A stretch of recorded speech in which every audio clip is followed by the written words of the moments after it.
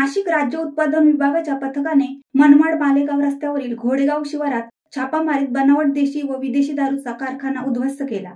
या छाप्यात बनावट दारू बनवायची मशिनरी, विविध कंपनीचे दारूचे लेबल, रिकाम्या बाटल्या, बनावट देशी विदेशी दारूचे बॉक्स, रसायने असा एकूण 70 लाखाचा मुद्देमाल जप्त केला।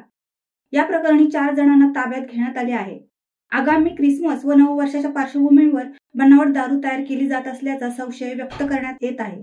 31 डिसेंबरच्या 7 दिवस अगोदर ही कारवाई झाल्याने चोर मार्गाने शहरात दारू आणून विक्री करायची हा मोठा हेतू नाशिक राज्य उत्पादन शुल्क अधिकारी यांनी हाणून पाडल्याने 2 नंबरवाल्यांचे धाबे दणाणले आहेत। आज रात्री मध्यरात्री किंवा 2 दिवसांमध्ये काय नेमकी आपल्या मार्फत कारवाई करण्यात गुप्त बातमीच्या आधारे निरीक्षक राज्य उत्पादन शुल्क मालेगाव व त्यांच्या टीमने घोडेगाव शिवार तालुका मालेगाव येथे छापा टाकला असता बनावट दारूचा कारखाना आढळून आला। त्यामध्ये बनावट तयार दारू तयार करण्यासाठी लागणारी यंत्रसामुग्री असे एकूण 70 लाखाचा मुद्देमाल जप्त करण्यात आलेला आहे।